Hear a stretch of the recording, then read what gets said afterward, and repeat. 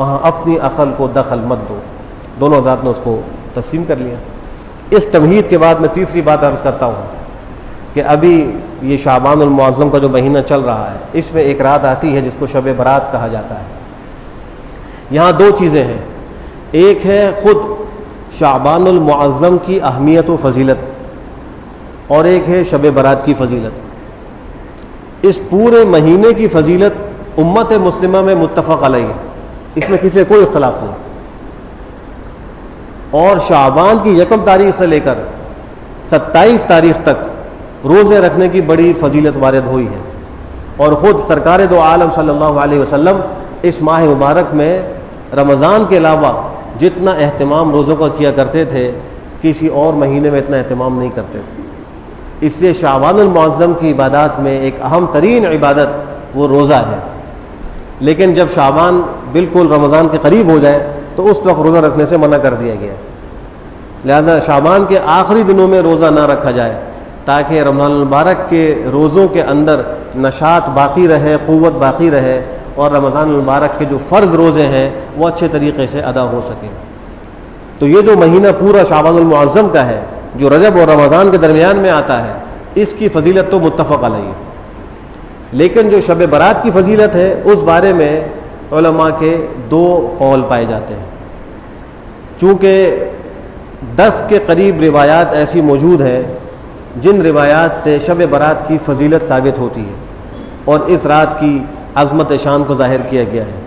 اگرچہ ان روایات کی سندوں پر کچھ کلام کیا گیا ہے اور ان روایاتوں کو ضعیف قرار دیا گیا ہے، لیکن محدثین کے یہاں یہ ضابطہ ہے کہ جب ضعیف روایات جو شدید الضعف نہ ہو اور وہ بکثرت جمع ہو جائیں، ان کے طرق زیادہ جمع ہو جائیں، تو ان میں ایک گنا قوت پیدا ہو جاتی ہے اور وہ روایت حسن لغیرہ کے مرتبے میں ہو جاتی ہے اور قابل اتباع ہے.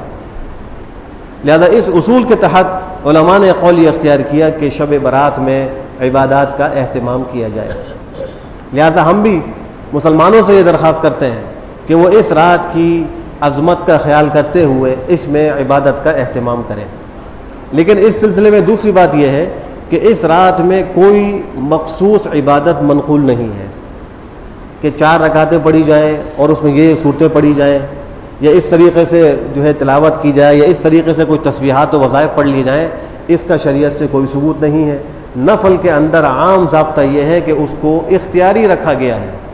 کوئی شخص 2 رکعت نفل پڑھے، جو چاہے اس میں پڑھے قرآن کریم کی صورتیں، چاہے سورہ اخلاص پڑھے، چاہے آیت الکرسی پڑھے، چاہے سورہ بقرہ پڑھے، یاسین شریف پڑھے، اس کو اختیار ہے. چاہے وہ قرآن کریم کی تلاوت کرے، چاہے وہ تسبیحات اور استغفار کرے. یہ ساری عبادات جو ہے ان کو کرنے کا اختیار ہے. وہ صلاۃ التسبیح پڑھے، اس کا اختیار ہے. لیکن نفل نماز جماعت سے پڑھنا فقہ حنفی میں ثابت نہیں ہے. لہذا اس رات میں صلاۃ التسبیح یا کسی نفل نماز کا جماعت سے اہتمام وہ درست نہیں ہے. نفل نماز انفرادی طور پر پڑھی جائے، اور نفل نماز کے لیے مسجد میں آنا بھی ضروری نہیں ہے. بعض لوگ یہ سمجھتے ہیں کہ شب برات کی عبادت کے لیے مسجد میں آنا ضروری ہے، اور وہاں کثرت سے جمع ہو کر اور چراغاں کر کے اور لائٹیں لگا کے عبادت کریں گے تو پھر عبادت ہوگی، ورنہ نہیں ہوگی. مسجدوں پہ چراغاں کرنا اس کا شریعت سے کوئی ثبوت نہیں ہے. نفل کے لیے مسجد میں آ کے جمع ہونا یا اسپیکروں کے ذریعے سے اعلان کرنا، اس کا بھی کوئی ثبوت نہیں ہے. نفل نماز اور عبادات کے لیے افضل و اولیٰ یہ کہ گھر کے اندر خلوت میں عبادت کی جائے. اب لوگ یہ کہتے ہیں کہ خلوت میں عبادت کرنے سے نیند آ جاتی ہے. اگر سب لوگ اکٹھے ہوں یا مسجد میں آئیں تو ذرا نیند نہیں آتی. تو جب تک نیند نہیں آ رہی اس وقت تک عبادت کیجئے. جب نیند آ جائے تو اس کا علاج یہ ہے کہ سو جائیے. اس لیے کہ پوری رات جاگ کر عبادت کرنا نہ فرض ہے نہ واجب ہے، نفس کا بھی حق ہے. اگر نیند آ رہی ہے تو کچھ دیر عبادت کریں اور پھر سو جائیں، اور پھر رات کے آخری حصے میں اٹھ کر تہجد پڑھ لیں. اور اگر توفیق ہو تو شعبان المعظم میں چونکہ آپ بکثرت روزہ رکھتے تھے تو صبح کا روزہ بھی رکھ لیں. تو بہرحال شب برات کا جو ہے وہ اہتمام کرنا چاہیے، لیکن کسی مخصوص عبادت کے ساتھ نہیں، نہ کسی مخصوص طور طریقے کے ساتھ عبادت کرنا یہ ٹھیک نہیں ہے. اپنے طور پر نفل عبادت کا گھروں میں اہتمام ہو. اور یہ بھی ذہن نشین رہے کہ رات کا آغاز غروب آفتاب سے ہو جاتا ہے. جیسے ہی سورج ڈوبا رات کا آغاز ہو گیا، وہ مغرب سے شب برات وہ شروع ہوگی اور صبح صادق تک وہ رات باقی رہے گی. ہر رات کے اندر یہی اصول ہے. رات کا آغاز شرعاً غروب آفتاب سے ہوتا ہے اور صبح صادق پر ختم ہو جاتا ہے. لہٰذا اگر کوئی شخص مغرب کی نماز جماعت سے پڑھ لیتا ہے مسجد میں آنے کے بعد وہ اوابین کا اہتمام کر لیتا ہے، تو شب برات کی عبادت اس کو نصیب ہو رہی ہے، وہ تلاوت کر لیتا ہے، وہ مغرب میں آ کر اعتکاف کی نیت سے مسجد میں داخل ہو جاتا ہے اور عشاء پڑھ کر وتر پڑھ کے گھر چلا جاتا ہے، تو وہ شخص بھی گویا شب برات میں اعتکاف کرنے والا بھی ہو گیا اور قیام کرنے والا بھی ہو گیا، اور عشاء کے بعد کچھ دیر اس نے عبادت کر لی، گھر جا کر وہ جلدی سو گیا اور رات کے آخری حصے میں جلدی اٹھ گیا اور عبادت کر لی اور فجر کی نماز باجماعت پڑھ لی۔ تو جو شخص مغرب، عشاء اور فجر باجماعت پڑھ لیتا ہے تو اس کو پوری رات عبادت کا ثواب ملتا ہے۔ گھر کی خواتین کو بھی یہ بتایا جائے اور اس رات میں عبادت کا اہتمام بھی کر لیا جائے۔ علماء کا دوسرا قول یہی ہے کہ اس رات کی کوئی فضیلت نہیں ہے، لیکن محققین یہی فرماتے ہیں کہ چونکہ بکثرت روایات میں اس کی فضیلت کے بارے میں آیا ہے، جیسے ایک روایت میں آتا ہے کہ آپ صلی اللہ علیہ وسلم نے ارشاد فرمایا، اللہ سبحانہ و تعالیٰ اس رات میں قبیلہ کلب کی بکریوں کے پیٹھ اور پشت پر جو بال ہے اس کے برابر لوگوں کی مغفرت فرماتے ہیں۔ یہ اس کی فضیلت ہے۔